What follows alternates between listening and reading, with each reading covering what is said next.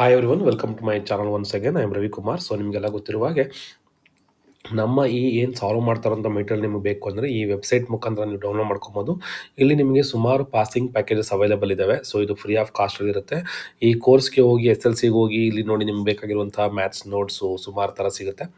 ಅಂದಾಗೆ ನಿಮಗೀಗ ನಾನು ಮೇಯ್ನಾಗಿ ಬೇಕಾಗಿರೋದು ಏನಪ್ಪ ಅಂತಂದರೆ we have to find that main theorems ಯಾವ್ಯಾವ ಅಂತ ಎಕ್ಸ್ಪ್ಲೇನ್ ಮಾಡ್ತೀನಿ. ಸೊ ಇದ್ರ ಮುಖಾಂತರ ನಾವು 2 ಮಾರ್ಕ್ಸ್ ಕಂಪ್ಲೀಟ್ ಮಾಡ್ದಂಗೆ ಆಗುತ್ತೆ. ಪಾಸಿಂಗ್ ಪ್ಯಾಕೇಜಲ್ಲಿರುವಂಥ ಕ್ವಶನ್ಸ್ನ 3 ಮಾರ್ಕ್ಸ್ ಕ್ವಶನ್ಸ್ ಕೂಡ ನಾವು ಸಾಲ್ವ್ ಮಾಡಿದ್ದೀರಿ. ಈಗ 3 ಮಾರ್ಕ್ಸ್ನ ಥಿಯರಮ್ಸ್ನ ನೋಡ್ತಾ ಇದ್ದೀವಿ. ಸೊ 3 ಮಾರ್ಕ್ಸ್ನ ಥಿಯರಮ್ ನೋಡೋದೇ ಆದರೆ ತುಂಬ ಇಂಪಾರ್ಟೆಂಟ್ ಬರುವಂಥ ಥಿಯರಮ್ಸ್ ಯಾವುದಪ್ಪ ಅಂದರೆ, so that is one of the theorem. First one, the tangent at any point of a circle is perpendicular to the radius through the point of contact.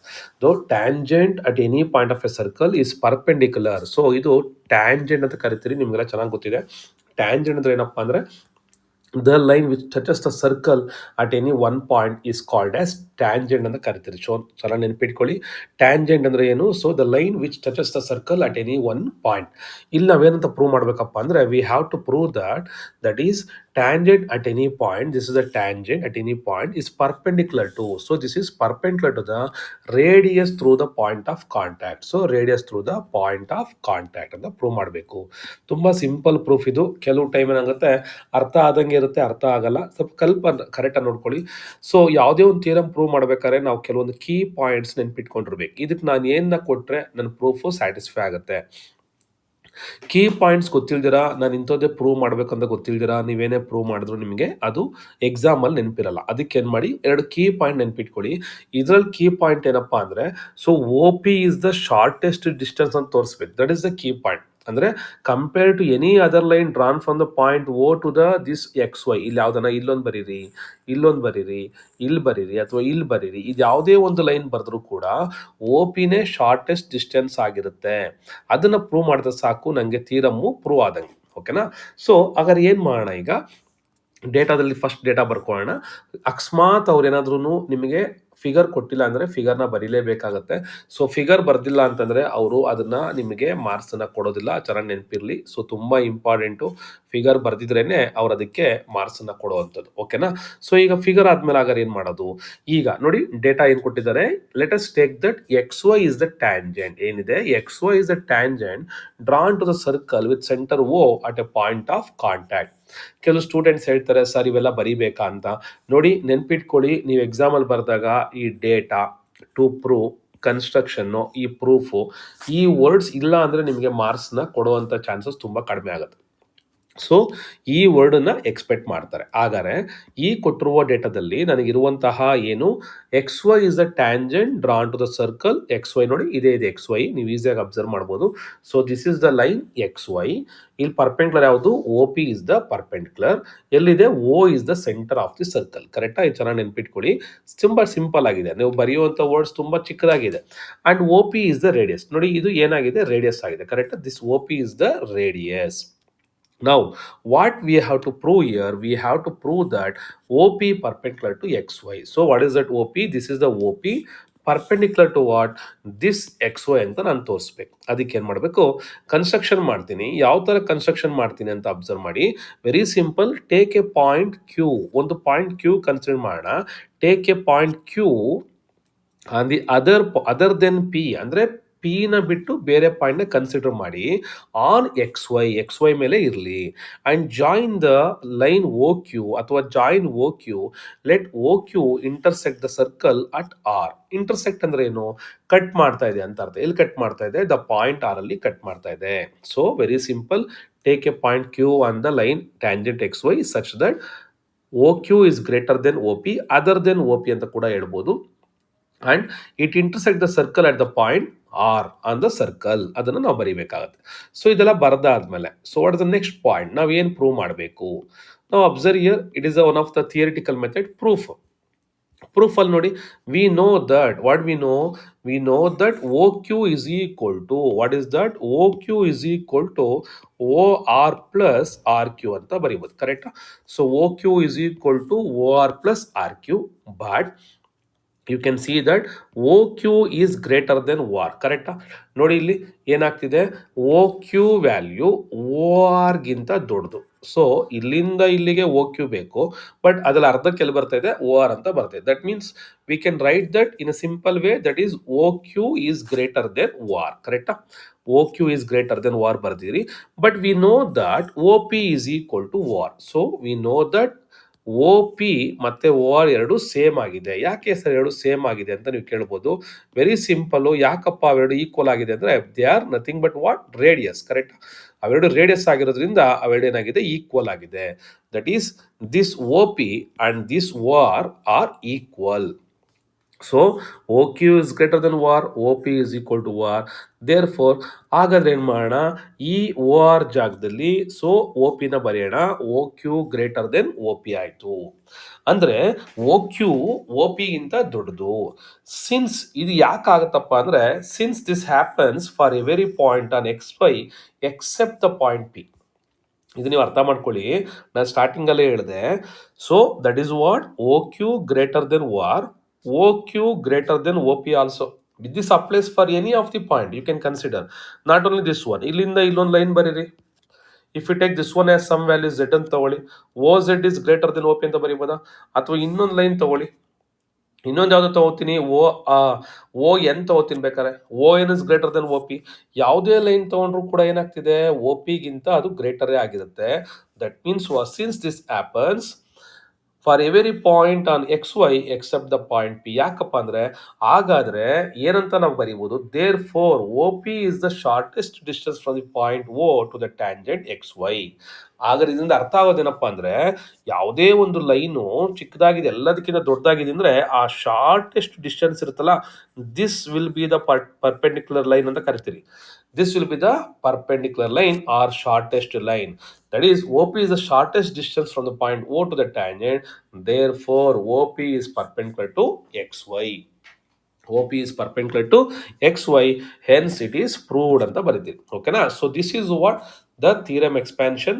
ಸ್ವಲ್ಪ explanation ಈಸಿಯಾಗಿ ಹೇಳಿದ್ದೀನಿ ಅಂತ ಅನ್ಕೋತೀನಿ. ನಿಮ್ಗೆ ಅರ್ಥ ಆಯಿತು ಅಂತಂದರೆ ನೀವು ಓನಾಗಿ ಕೀ ಪಾಯಿಂಟ್ ಹೇಳೋದಲ್ಲ, ನನ್ನ ಕೀ ಪಾಯಿಂಟ್ ಏನು, O Q greater than O R. So O Q greater than O R ಅಥವಾ O Q greater than O P. ಇದು ನಾವು ಬರಿಬೇಕಾಗಿರುವಂತಹ ಪಾಯಿಂಟ್ಸ್ ಆಗಿರುತ್ತೆ, ನೆನ್ಪಿಟ್ಕೊಳ್ಳಿ. ಯಾಕಪ್ಪ ಅಂದರೆ ಇದು ಪ್ರೂವ್ ಮಾಡಿದ್ರೇನೆ ಏನಂತ ಪ್ರೂವ್ ಮಾಡ್ತೀರಿ, O P is the shortest distance ಅಂತ ಪ್ರೂವ್ ಮಾಡ್ತೀರಿ. ಓಕೆನಾ? So this is the one theorem. Let us move on to the next theorem. ಇದು ನಿಮಗೆಲ್ಲ ಗೊತ್ತಿರುವಂಥದ್ದೇನೆ, ತುಂಬ ಈಸಿ ಆಗಿರುವಂತಹ ಥಿಯರಮ್ ಆಗಿರುತ್ತೆ ಇದು. ಸೊ ಇದಕ್ಕೂ ಕೂಡ ಏನು ಕೀ ಪಾಯಿಂಟ್ಸ್ ನೋಡೋಣ. The length of a tangent drawn from external point to circle are equal. The length of the tangent drawn from the external point to a circle are equal. So external point ಇಂದ ಬರ್ದಿರುವಂತಹ tangents Q ಮತ್ತೆ R ಎರಡು equal ಅಂತ ನಾವೇನ್ ಮಾಡಬೇಕು, ಈಗ prove ಮಾಡಬೇಕು. So this is what the theorem.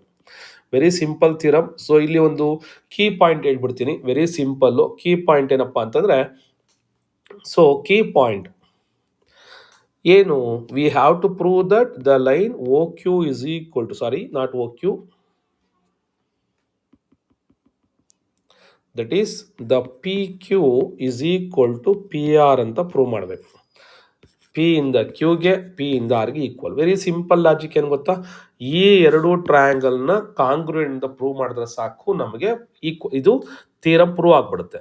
ಎರಡು ಕಾಂಗ್ರುಯೆಂಟ್ ಪ್ರೂವ್ ಮಾಡೋಕ್ಕೆ ನಿಮ್ಮ ಕಣ್ಣು ಮುಂದೆನೇ ಇದೆ. ಏನು, ಒಂದು ರೈಟ್ ಆ್ಯಂಗಲ್ ನೋಡಿ, ಇಲ್ಲೊಂದು ರೈಟ್ ಆ್ಯಂಗಲ್ ಇದೆ, ಇನ್ನೊಂದು ಇವೆರಡೂ ಕೂಡ ರೇಡಿಯಸ್ ಆಗಿದೆ, ಇನ್ನೊಂದು ಓ ಪಿ ಅನ್ನೋದು ಕಾಮನ್ ಲೈನ್ ಆಗಿದೆ. ಈ 3 ಪಾಯಿಂಟ್ ಬರೆದ್ರೆ ಸಾಕು, ನಿಮಗೆ ಇವೆರಡು ಈಕ್ವಲ್ ಅಂದರೆ ಕಾಂಗ್ರುಯೆಂಟ್ ಪ್ರೂವ್ ಆಗ್ಬಿಡ್ತು ಅಂದ್ರೆ ಅವಾಗ ಏನು ಮಾಡ್ಬೋದು, ಉಳಿದಿರುವಂಥ side P Q is equal to P R ಅಂತ ಬರೆದ್ಬಿಟ್ರೆ ಆಗೋಗುತ್ತೆ. ಸೊ ನಾನು ಸಿಂಪಲ್ ಆಗಿ ಹೇಳಿದ್ದೀನಿ, ಅದನ್ನು ನೀವು ಬರೆದಾಗ ನಿಮಗೆ ಕ್ಲಿಯರ್ ಆಗಿ ಗೊತ್ತಾಗ್ಬಿಡುತ್ತೆ ಯಾವ ಥರ ಅಂತೇಳಿ. ಸೊ ಫಸ್ಟ್ ಏನು ಮಾಡೋಣ, consider A circle. So consider circle with center O and P is external point. PQ and PR are the tangent to the circle point P. So what we have to prove? We have to prove that PQ is equal to PR. ಯಾವುದು, ಈ Q P ಮತ್ತೆ PR equal ಅಂತ prove ಮಾಡಬೇಕು.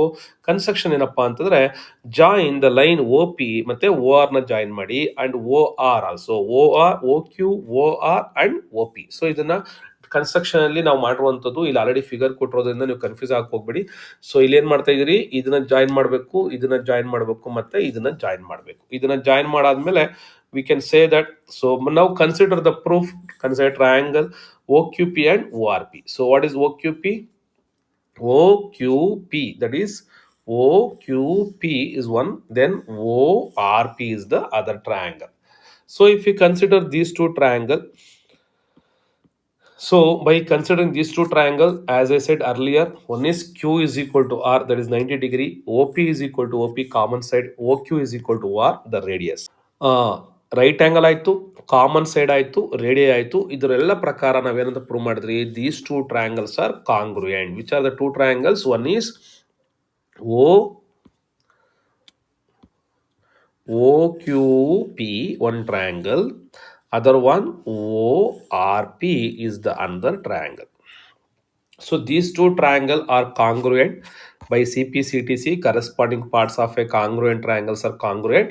So ನಾವೇನು ಬರೀಬೋದು, ಉಳಿದಿರುವಂತಹ ಸೈಡ್ PQ is equal to PR, hence the proof. So ಇಷ್ಟನ್ನ ಬರ್ಕೊಂಡ್ರೆ ನಿಮ್ಗಲ್ಲಿಗೆ ಪ್ರೂಫು ಮುಗ್ದೋಯ್ತು. ಇದು ತುಂಬ ಸಿಂಪಲ್ ಆಗಿದೆ, ಅಂತ ಡಿಫಿಕಲ್ಟಿ ಏನಿಲ್ಲ. ಸೊ ಪ್ರೂವ್ ಮಾಡೋಕ್ಕೆ ನೀವು ಡಯಾಗ್ರಾಮ್ನ ಕರೆಕ್ಟಾಗಿ ಪ್ರಾಕ್ಟೀಸ್ ಮಾಡ್ಕೊಳ್ಳಿ, ದಟ್ ಈಸ್ ಸ್ಕೆಚ್ನ ಕರೆಕ್ಟಾಗಿ ಪ್ರಾಕ್ಟೀಸ್ ಮಾಡಿಕೊಂಡ್ರೆ ಸಾಕು. Now we are moving on to the 4 mark question. ತುಂಬ ಇಂಪಾರ್ಟೆಂಟ್ ಥಿಯರಮ್ಮು. ನಿಮಗೆ ಟ್ರಯಾಂಗಲ್ಸಲ್ಲಿ ಆಲ್ಮೋಸ್ಟ್ ಐ ಥಿಂಕ್ 9 ಮಾರ್ಕ್ಸ್ ಇತ್ತು ಅಂತಂದರೆ 9 ಮಾರ್ಕ್ಸ್ ಇದೆ. ಈ 9 ಮಾರ್ಕಲ್ಲಿ ನಿಮಗೆ ಇಲ್ಲೇ 4 ಮಾರ್ಕ್ಸ್ ಹೊರಟೋಗುತ್ತೆ.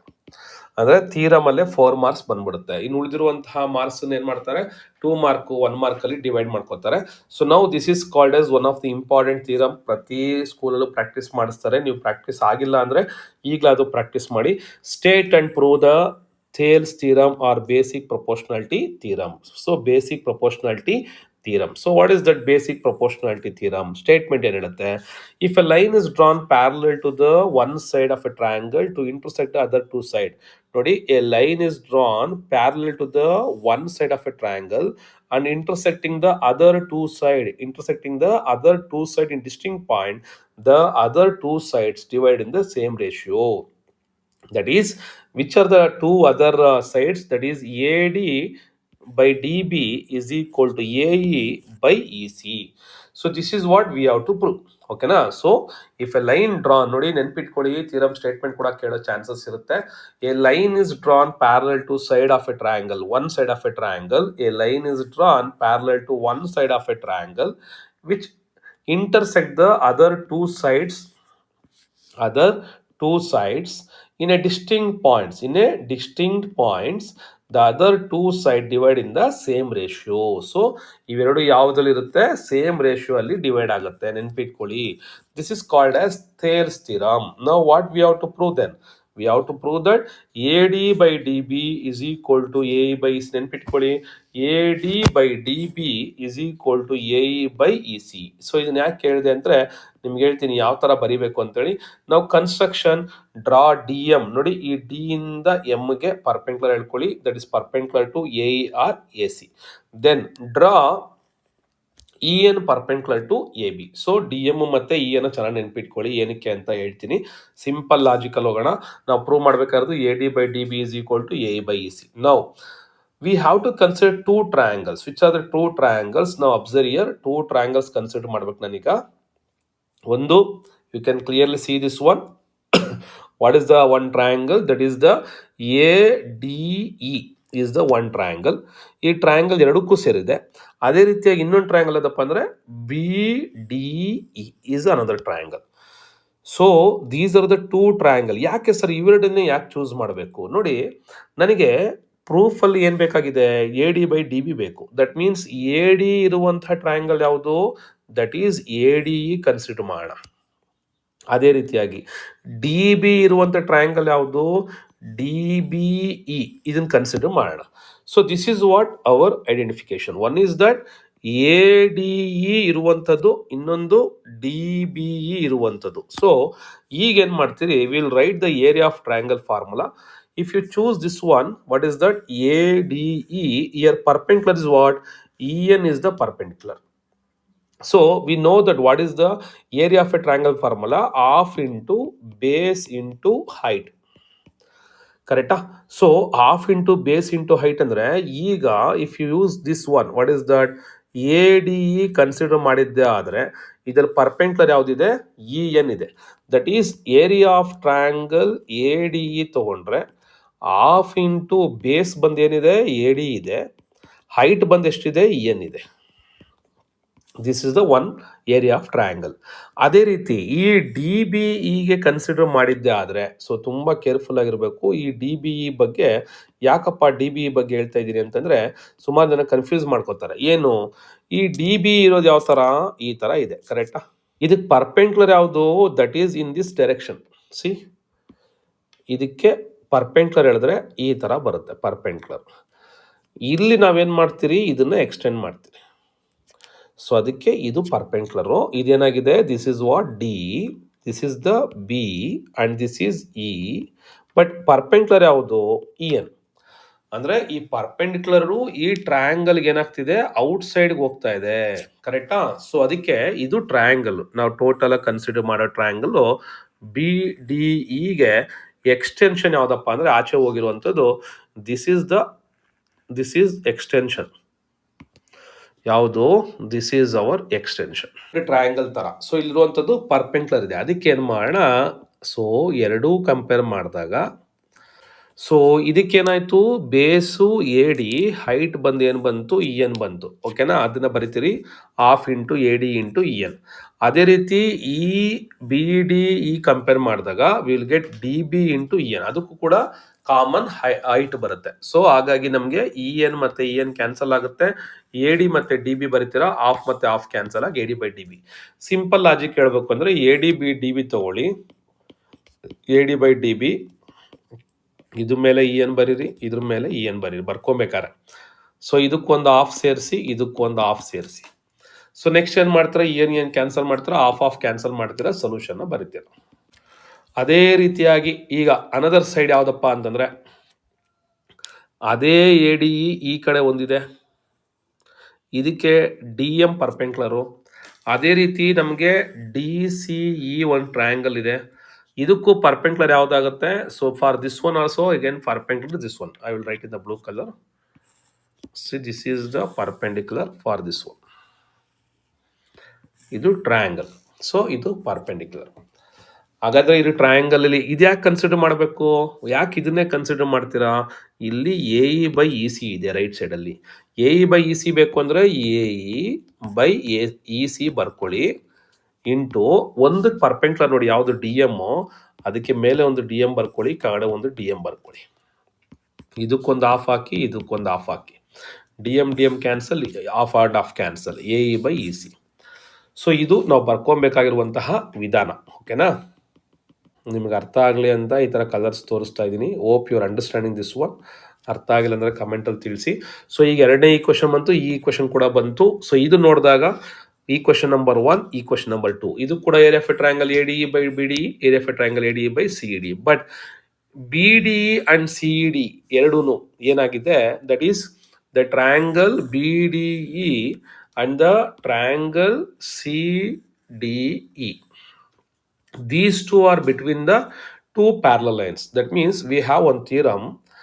ಏನಪ್ಪ ಹೇಳುತ್ತೆ ಅಂದರೆ, ಎರಡೂ ಪ್ಯಾರಲಲ್ ಲೈನ್ ಇದ್ದು ಇದ್ರ ನಡುವೆ ಸೇಮ್ ಬೇಸ್ ಇದ್ಕೊಂಡು ನೀವೇನ ಈ ಥರ ಒಂದು ಟ್ರಯಾಂಗಲ್ಲು, ಇಲ್ಲಿಂದ ಇಲ್ಲಿಗೆ ಸೇಮ್ ಬೇಸು, ಇದೊಂದು ಟ್ರಯಾಂಗಲ್ ಅಂತ ಇಟ್ಕೊಳ್ಳಿ. ಸೊ ಈ ಥರ ಇದ್ದಿದ್ದಾದರೆ ಇವೆರಡರದ್ದು ಏರಿಯಾ ಸೇಮ್ ಆಗಿರುತ್ತೆ ಅಂತ ಹೇಳುತ್ತೆ.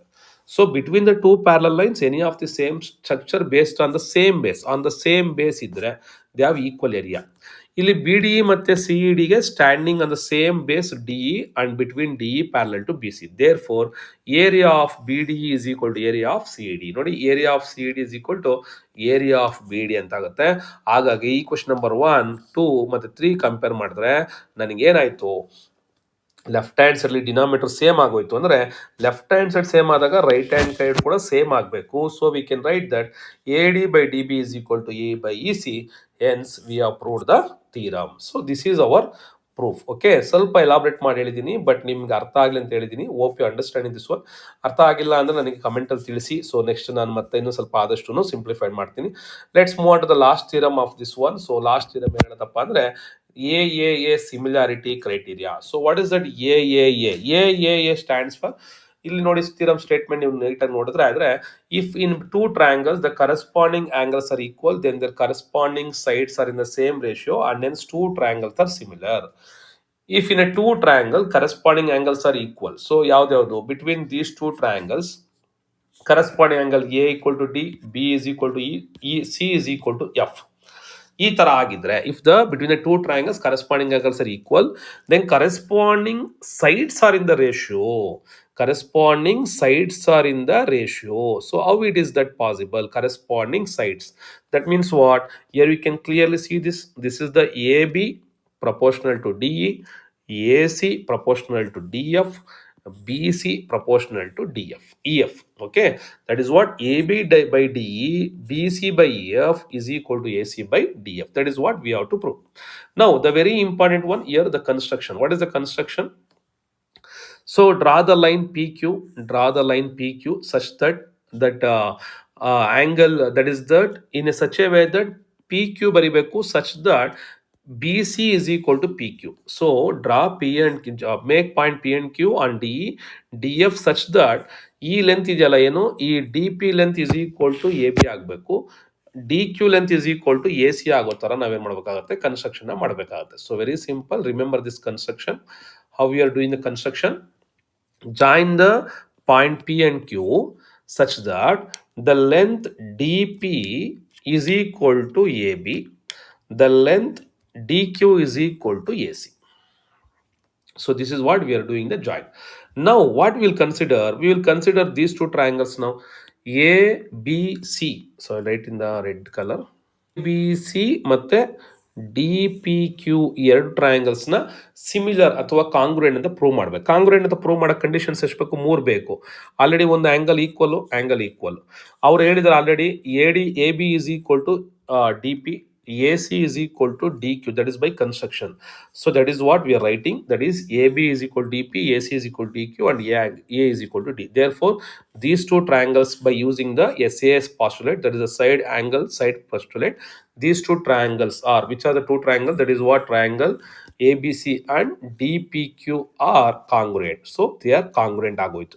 ಇದೆರಡು ಕಾಂಗ್ರುಯೆಂಟ್ ಆದಮೇಲೆ what we can expect? So length BC ಕೂಡ ಏನಾಗಿರುತ್ತೆ, PQ ಗೆ ಈಕ್ವಲ್ ಆಗಿರುತ್ತೆ. That is what BC is equal to PQ. ಅದೇ ರೀತಿ angle B is equal to angle P ಆಗುತ್ತೆ. That is what angle B is equal to angle P ಆಗುತ್ತೆ. But angle B ಯಾವುದಕ್ಕೆ equal? angle B is equal to angle E, that is by given data. ಅದೇ ರೀತಿ angle P is equal to what? Angle E. So you can see here clearly angle P is equal to angle E, because these two are what? Parallel ಅಂತ consider ಮಾಡ್ಕೋತೀರಿ. Angle P is equal to angle E. Therefore ಇದೆಲ್ಲ ಆದಮೇಲೆ corresponding angles concept ಇಂದ ನಾವೇನ್ prove ಮಾಡ್ತೀರಿ? PQ is parallel to EF. So once PQ is parallel to EF ಅಂತ proof ಆಯಿತು. So ಇದು ಚೆನ್ನಾಗಿ ನೆನ್ಪಿಟ್ಕೊಡಿ, ನಾವು ಯೂಸ್ ಮಾಡ್ತಾರಂಥ ಕಂಡೀಷನ್ಸು. ನೀವು ಟ್ರಯಾಂಗಲ್ಸ್ ಪ್ರೂಫ್ ಆದಮೇಲೆ ಚೆನ್ನಾಗಿ ಬರೀಲೇಬೇಕು. ಇದನ್ನ ಈ ಥರ ಕೊಟ್ಟಾಗ ಇದನ್ನು ಬರೀಲ್ಲ ಅಂದರೆ ನಿಮಗೆ ಅದನ್ನು ಕರೆಕ್ಟಾಗಿ ಕನ್ವಿನ್ಸ್ ಮಾಡೋಕ್ಕಾಗೋದಿಲ್ಲ. ಇಲ್ಲಿವರೆಗೂ ಒಂದು ಲೆಕ್ಕ ಆಗೋಗುತ್ತೆ. BP is equal to P ತಗೋತೀರಾ, B is equal to E ಆಯಿತು, P is equal to E ಆಯಿತು. ಇದಾದಮೇಲೆ PQ parallel to EF ಅಂತ ಬರೆದ್ಬಿಟ್ರೆ ಮುಗ್ದೋಯ್ತು. By corollary of the Thales theorem. ಸದ್ಯಕ್ಕೆ ನಾವು ಈ ಕಂಡೀಷನ್ನ ಇದಕ್ಕೆ ಮಾತ್ರ ಯೂಸ್ ಮಾಡ್ತೀರಿ, ಈ ಟ್ರಯಾಂಗಲ್ ಮಾತ್ರ ಯೂಸ್ ಮಾಡ್ತೀರಿ. ಏನಂತ ಯೂಸ್ ಮಾಡ್ತೀರಿ? That is DP by DE, DP by DE is equal to DQ by DF is equal to PQ by EF. So that is what we will write this one only for the one triangle. But we know that DE is equal to DE, where is that? DE is equal to what? We can consider that in the place of DP will write AB. So in numerator ಇದೆಯಲ್ಲ DP, PQ, DQ terms change ಮಾಡ್ತೀರಿ. DP ಬಂದು AB ಆಗುತ್ತೆ, PQ ಬಂದು BC ಆಗುತ್ತೆ, DQ ಬಂದು AC ಆಗುತ್ತೆ. So ಇದು last step. I think last ಸ್ಟೆಪ್ಪಲ್ಲಿ ಸ್ವಲ್ಪ ನೀವು ಕನ್ಫ್ಯೂಸ್ ಮಾಡ್ಕೊಂಡ್ರಿ ಅಂತ ಅನ್ಸುತ್ತೆ. ಸೊ ತೀರಾ ಒಳಗಡೆ ಹೋದಾಗ ನಿಮಗೆ ಕನ್ಫ್ಯೂಷನ್ ಕ್ರಿಯೇಟ್ ಆಗುತ್ತೆ. So P is equal to E ಆಯಿತು, PQ parallel to F, ಈ ವರ್ಡ್ ಬರ್ದಿರಲೇಬೇಕು. ಆಮೇಲೆ DP ಜಾಗದಲ್ಲಿ AB ಬರಿತೀನಿ, PQ ಜಾಗದಲ್ಲಿ BC ಬರಿತೀನಿ, DQ ಜಾಗದಲ್ಲಿ AC ಬರಿತೀನಿ. So hence we have proved the theorem. So this theorem ತುಂಬ ಇಂಪಾರ್ಟೆಂಟು. ಕೆಲವು ಸ್ಕೂಲ್ಗಳಲ್ಲಿ ಮಾಡಿರಲ್ಲ, ಬೇಡ ಅಂತ ಹೇಳ್ತಾರೆ, ಬಟ್ ಇದನ್ನು ಎಕ್ಸಾಮಲ್ಲಿ ಕೇಳೋ ಚಾನ್ಸಸ್ ಇರುತ್ತೆ. ಸೊ ಇದನ್ನು ಸಾಲ್ವ್ ಮಾಡ್ಕೊಳ್ಳಿ. ಅಲ್ಲಿಗೆ ನಿಮಗೆ ಬರುವಂತಹ ಥಿಯರಮ್ಸ್ ಏನಿದೆ ಆ ಥಿಯರಮ್ಸ್ನ ಕಂಪ್ಲೀಟಾಗಿ ಇಲ್ಲಿ 3 ಮಾರ್ಕ್ಸು ಮತ್ತು 4 ಮಾರ್ಕ್ಸ್ ನಾನು ಎಕ್ಸ್ಪ್ಲೈನ್ ಮಾಡಿದ್ದೀನಿ. ಇದೇ ರೀತಿಯಾಗಿ ನಿಮಗೆ 2 ಮಾರ್ಕ್ಸು 3 ಮಾರ್ಕ್ಸು ತುಂಬ ಇಂಪಾರ್ಟೆಂಟ್ ಕ್ವಶನ್ಸ್ ಕೂಡ ಸಾಲ್ವ್ ಮಾಡಿದ್ದೀನಿ. ಸೊ ನೀವು ಫಸ್ಟ್ ಅದನ್ನು ನೋಡ್ಕೊಂಡು ನಿಮಗೆ ಪ್ರಿಪ್ರೇಟರಿ ಎಕ್ಸಾಮ್ಗೆ ತುಂಬ ಬೆನಿಫಿಟ್ ಆಗುತ್ತೆ. ಓಕೆನಾ? So thank you very much for watching this one. ಅಂದಾಗೆ ಚಾನಲ್ ಸಬ್ಸ್ಕ್ರೈಬ್ ಮಾಡೋದು ಮರಿಬೇಡಿ. ದಿಸ್ ಈಸ್ ಅವರ್ ಸುಮಾರು ಕ್ವಶನ್ ನಾವು ಸಾಲ್ವ್ ಮಾಡಿದ್ದೀರಿ. So Ravi R Nandi SSLC channel. So don't forget to subscribe this channel for future videos. Thank you very much.